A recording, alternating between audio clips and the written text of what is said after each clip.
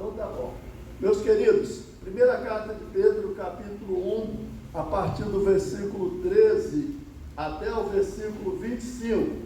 E assim diz a palavra de Deus: portanto, estejam com a mente preparada, prontos para agir. Estejam alertas e coloquem toda a esperança na graça que lhes será dada quando Jesus Cristo for revelado. Como filhos obedientes, não se deixem amoldar pelos maus desejos de outrora, quando viviam na ignorância, mas assim começando aquele que os chamou, sejam santos vocês também em tudo o que fizerem, pois está escrito: sejam santos, porque eu sou santo. Uma vez que vocês chamam Pai aquele que julga imparcialmente as obras de cada um, portem-se com temor durante a jornada terrena de vocês, pois vocês sabem que não foi por meio de coisas perecíveis como prata ou ouro que vocês foram redimidos da sua maneira vazia de viver, transmitida por seus antepassados, mas pelo precioso sangue de Cristo, como de um cordeiro sem mancha e sem defeito, conhecido antes da criação do mundo, revelado nestes últimos tempos em favor de vocês. Por meio dele vocês creem em Deus, que o ressuscitou dentre os mortos e o glorificou, de modo que a fé e a esperança de vocês estão em Deus. Agora que vocês purificaram a sua vida pela obediência à verdade, visando ao amor fraternal e sincero, amem sinceramente uns aos outros e de todo o coração. Vocês foram regenerados, não de uma semente perecível, mas imperecível, por meio da palavra de Deus viva e permanente, pois toda a humanidade é como a relva, e toda a sua glória é como a flor da relva. A relva murcha e cai a sua flor, mas a palavra do Senhor permanece para sempre. Esta é a palavra que lhes foi anunciada. Vamos orar. Pai, eu preciso da tua ajuda, da tua unção. Eu não sei de nada, mas o Senhor sabe de tudo. Abençoa a tua igreja, que veio aqui ouvir a tua palavra, em nome do Senhor Jesus. Amém. Certo, irmãos? Meus irmãos, o apóstolo Pedro foi um homem que todos nós temos algumas informações sobre a vida dele. Você fala de Pedro, fala de Paulo, você sempre sabe alguma coisa, mas dentro da Bíblia eu queria falar de 3 momentos da vida dele para a gente poder entrar na mensagem. No capítulo 1 do Evangelho de São João, no versículo 42, João 1,42, ocorre o primeiro encontro de Pedro com Jesus. Então André tinha ouvido João Batista falar de Jesus, e André era irmão de Pedro. André chama Pedro e fala: olha, vem cá, eu quero te falar de Jesus, e traz Pedro à presença do Senhor. Quando o Senhor Jesus olha para Pedro, queria que você se ligasse muito nisso aqui, e eu já recitei isso aqui há tempos passados, mas de vez em quando as coisas espirituais precisam ser repetidas. Paulo disse: eu não me canso de vos dizer as mesmas coisas. Então o Senhor Jesus olhou para Pedro e disse: tu és Simão, filho de Jonas, serás chamado Pedro. Esse foi o primeiro contato.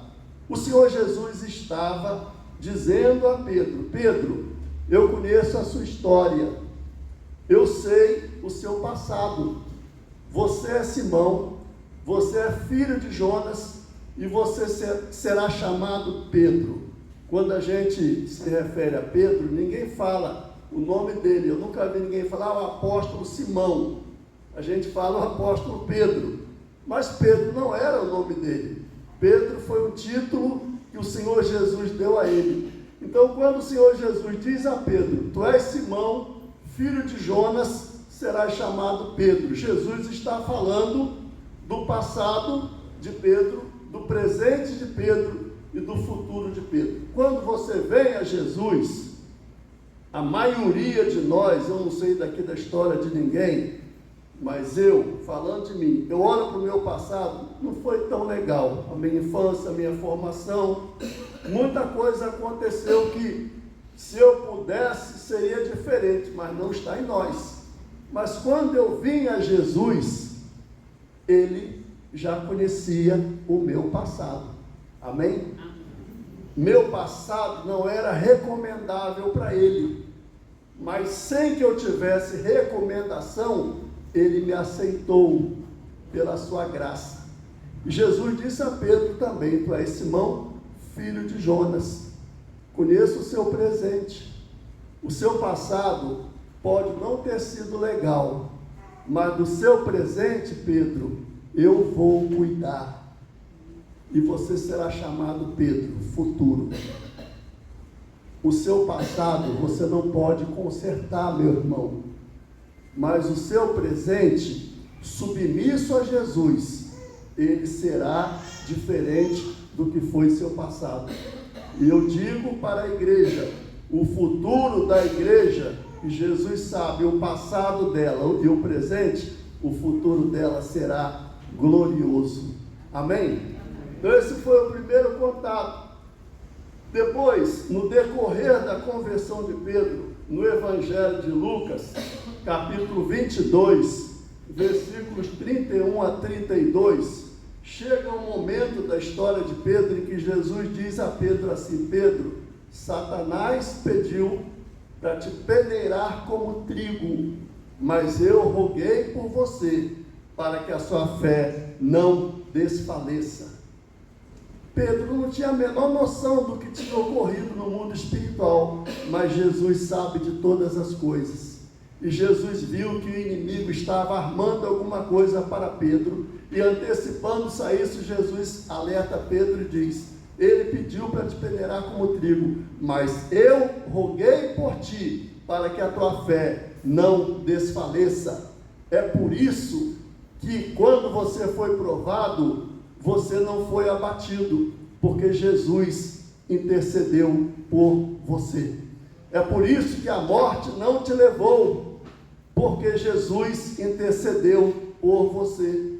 Então Jesus está falando pelo Espírito Santo, na sua palavra, para nós, desse contato com Pedro, que nós podemos aplicar a nossa vida, que o inimigo planeja N coisas contra nós, mas Jesus se antecipa a ele, e Jesus diz a Pedro: eu roguei por ti. Eu digo à igreja presbiteriana no Fonseca, hoje, Jesus roga pela igreja presbiteriana do Fonseca, para que a sua fé não desfaleça.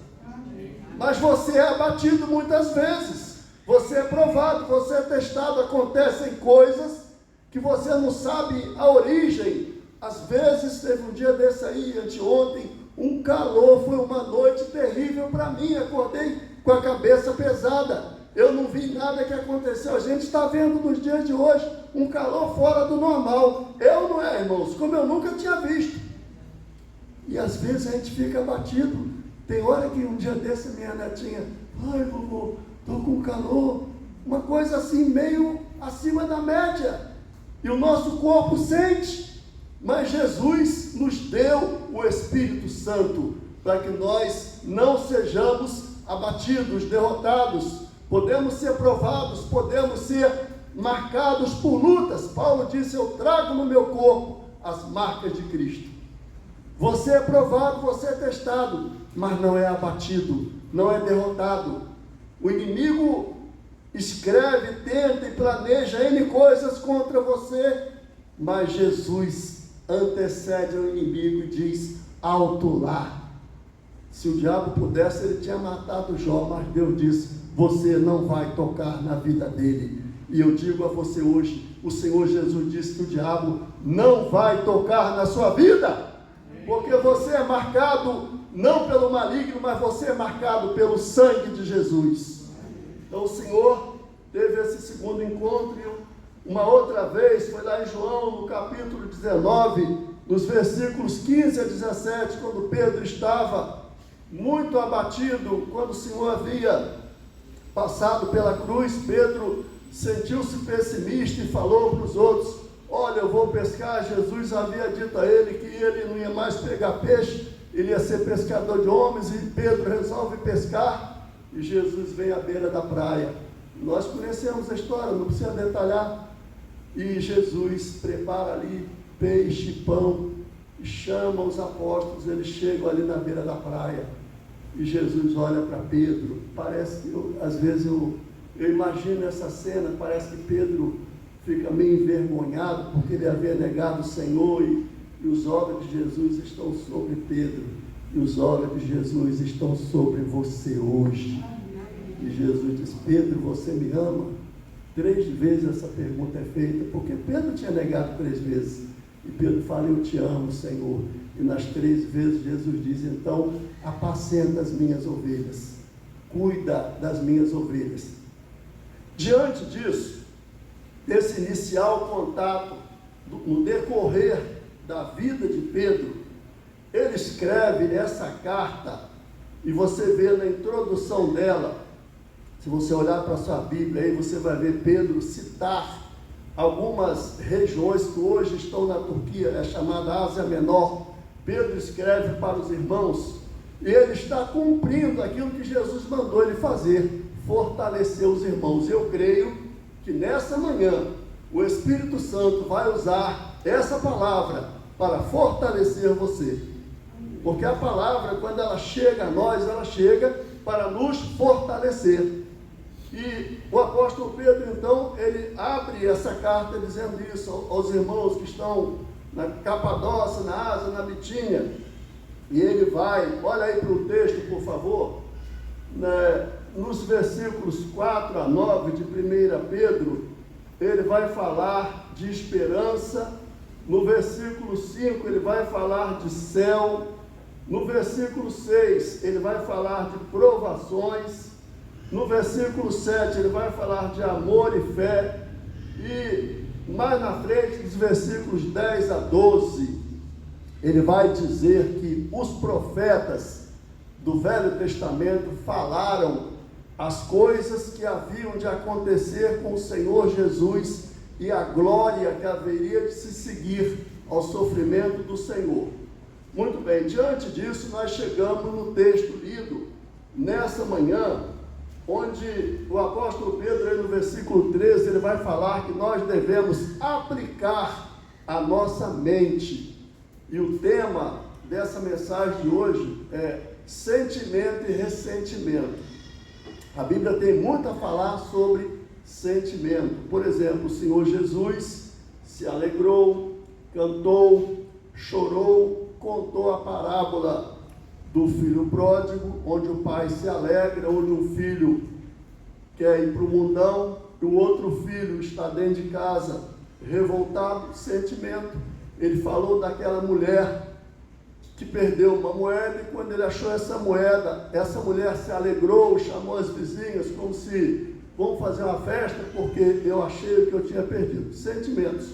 A nossa vida cristã, ela tem muitos sentimentos. Quando a gente vem para o Senhor, a gente vem com sentimento, normalmente, a gente vem com sentimento de necessidade.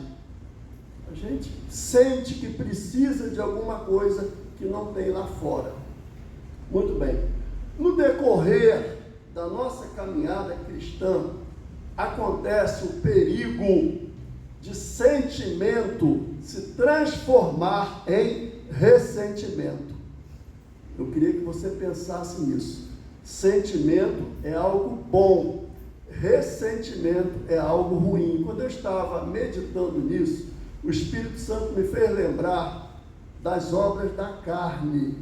A maioria das obras da carne, elas são ligadas a ressentimento, ciúme, inveja, ira, dissensão, ressentimento. Às vezes, e quem faz gabinete, o pastor faz, e quem aconselha, escuta de cristãos coisas guardadas que se transformaram em ressentimento. Você nunca viu, analisa bem isso, você já viu um casamento começar com ressentimento? Não existe. O casamento começa com o quê? Com sentimento. Amorzinho, eu te amo. Amorzinho, você é uma. O pastor Cláudio Duarte, ele até brincou, ele falou que no começo do casamento, os animais são pequenininhos, né? Meu gatinho, minha gatinha, depois os animais crescem, sua anta, seu cavalo. Irmãos, acontece de haver esse perigo na vida cristã, de um sentimento ser transformado em ressentimento. E essa palavra de Pedro, você vai ver que lá na conclusão dela, fala de sentimento, fala que nós devemos permitir que o amor permaneça entre nós. Ele fala que nós devemos amar sinceramente uns aos outros. Paulo disse aos Romanos que o amor seja sem hipocrisia. Mas muitas vezes nós percebemos que na nossa caminhada cristã, e essa carta é um alerta para isso, para que a gente permita que o amor de Deus, que nos alcançou, que gerou em nós esse senso de gratidão, que esse amor permaneça. E Pedro vai falar de duas coisas que são básicas para a igreja. Está aí no versículo 18, quando ele fala que para aquela igreja, Pedro fala assim: vocês sabem que não foi com coisas corruptíveis que vocês foram comprados, resgatados da sua vã maneira de viver. E Pedro usa dois metais que já eram valiosos naquela época, que nunca perderam valor. Ele fala que não foi prata e nem ouro que nos comprou. Mas eu queria, quando eu estava meditando aqui, eu senti assim de perguntar à igreja: você sabe com que você foi resgatado? Porque Pedro disse para a igreja para a qual ele escreveu: vocês sabem que não foi com prata ou ouro. Eu quero perguntar a você nessa manhã: você sabe com que você foi resgatado? Você foi resgatado por Deus pelo sangue de Jesus. É isso que Pedro está dizendo para aquela igreja. Vocês sabem que vocês foram resgatados e que não foi com a moeda que Deus usou para comprar vocês, não foi ouro nem prata. Meu irmão, você não tem valor assim por méritos seus, por obras suas, mas a sua alma vale mais que o mundo inteiro.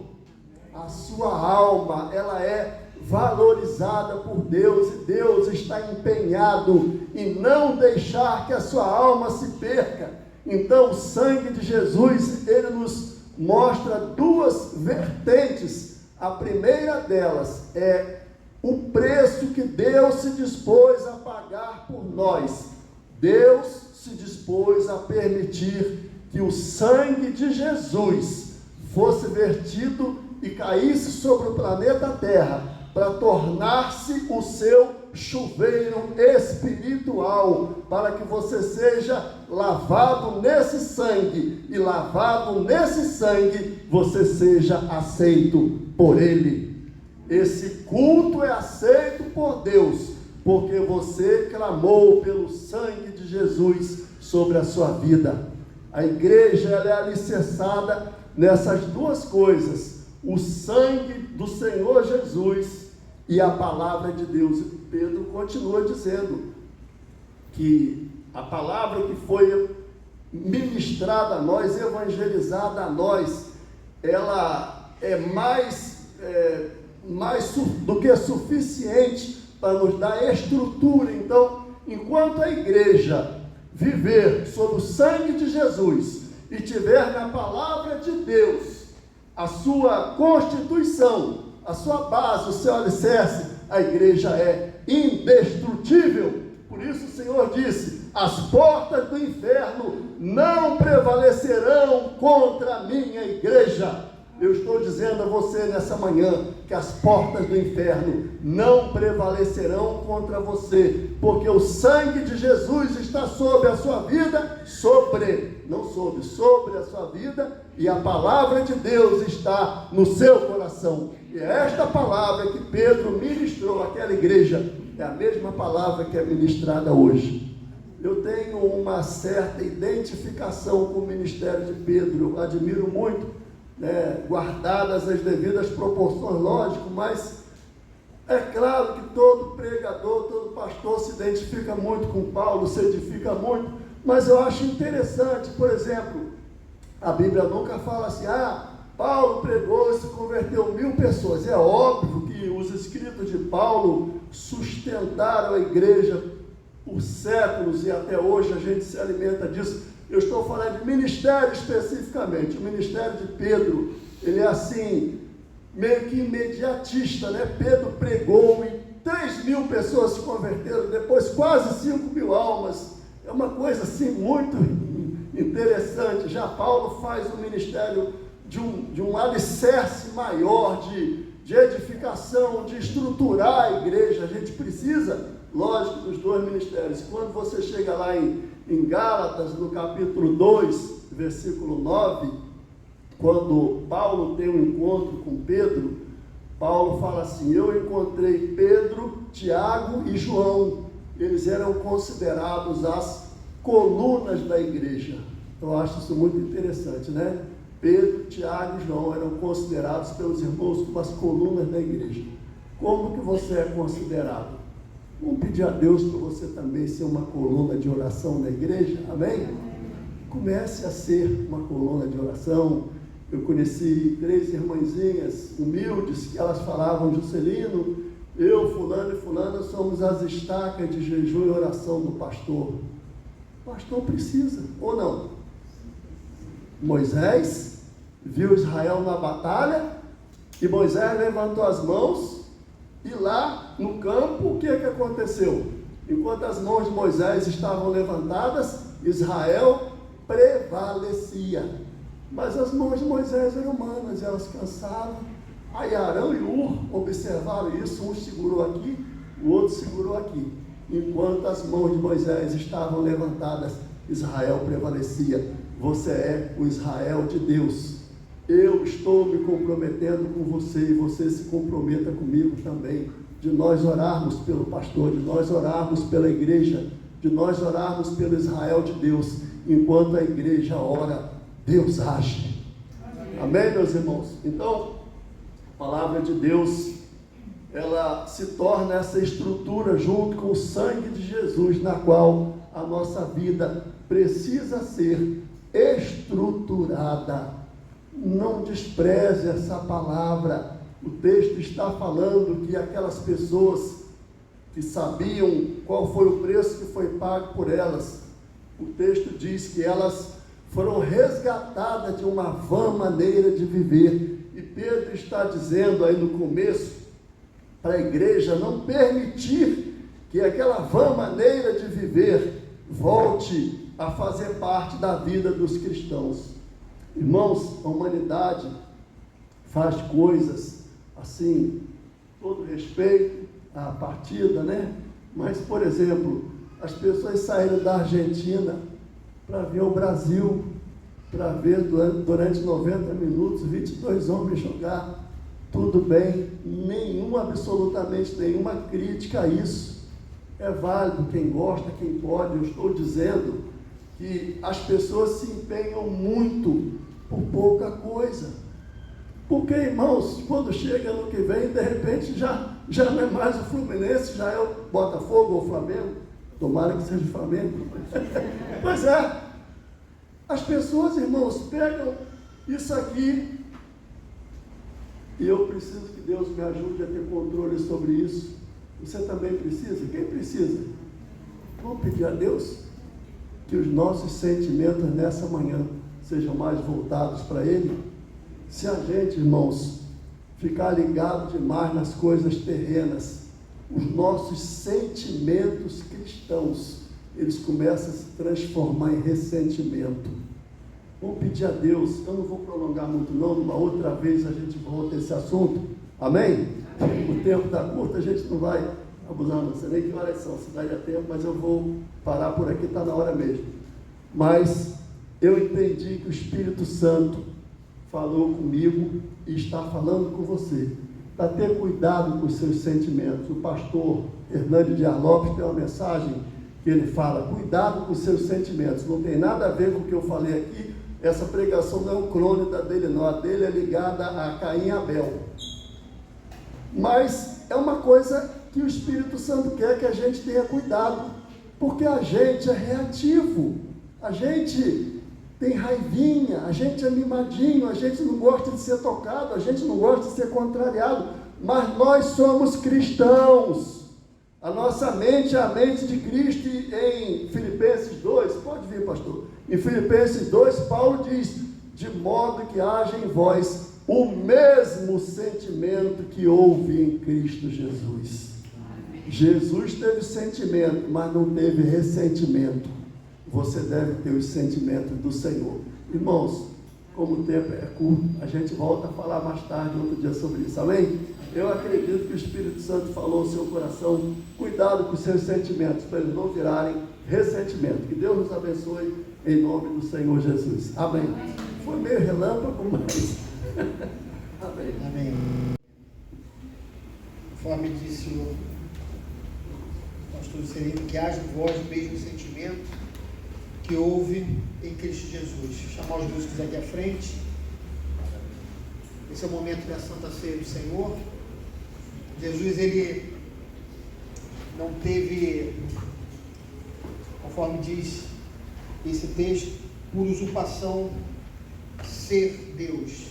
Ele entendeu a sua condição divina. Se ele não fizesse o que era necessário, não seria possível a salvação. E é sobre a salvação, sobre o sangue de Cristo, isso que foi pregado aqui nessa manhã. É sobre a cruz, a nossa fé. Nada além do sangue de Jesus Cristo. Nada além disso deve ser de fato valorizado, mas tão somente o perdão dos nossos pecados, a graça que nos alcançou. Isso é o que nós precisamos. O apóstolo Paulo nos diz, 1 Coríntios, capítulo 11, 23 e diante: pois recebi do Senhor o que também entreguei a vocês, que o Senhor Jesus, na noite que foi traído, tomou o pão e, tendo dado graças, partiu disso: isto é meu corpo, que é dado em favor de vocês, façam isso em memória de mim. Da mesma forma, depois da ceia, ele tomou o cálice e disse: este cálice é a nova aliança do meu sangue, façam isso sempre que o beberem em memória de mim. Porque sempre que comerem deste pão e beberem desse cálice, vocês anunciam a morte do Senhor até que ele venha. Portanto, todo aquele que comer o pão ou beber o cálice do Senhor indignamente será culpado de pecar contra o corpo e o sangue do Senhor. Examine-se cada um a si mesmo, e então coma o pão e beba do cálice, pois quem come e bebe sem discernir o corpo do Senhor, come e bebe para a sua própria condenação. Alguém foi esquecido dos elementos? Alguém mais?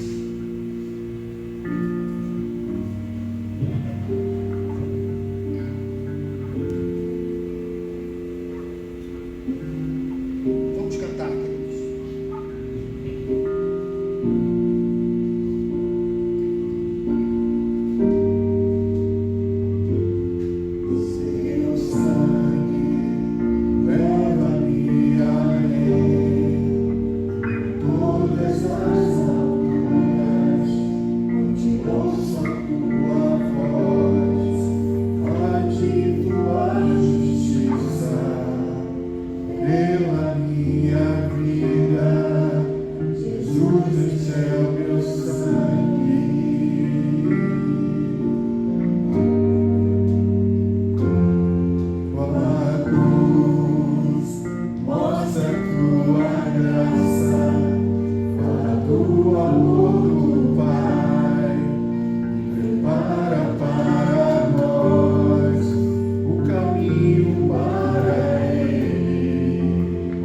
Posso me achegar somente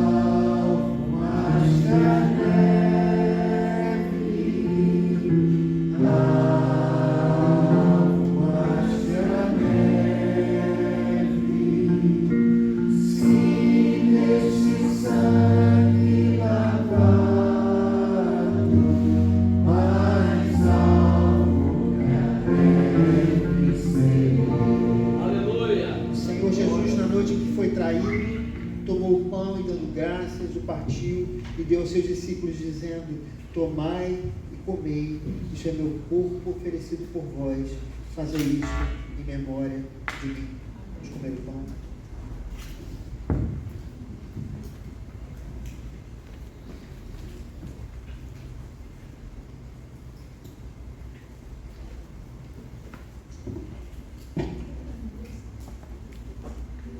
Por semelhante modo, nosso Senhor tomou também o cálice depois de haver ceado, e tendo dado graças, o deu aos seus discípulos, dizendo: este cálice é a nova aliança no meu sangue.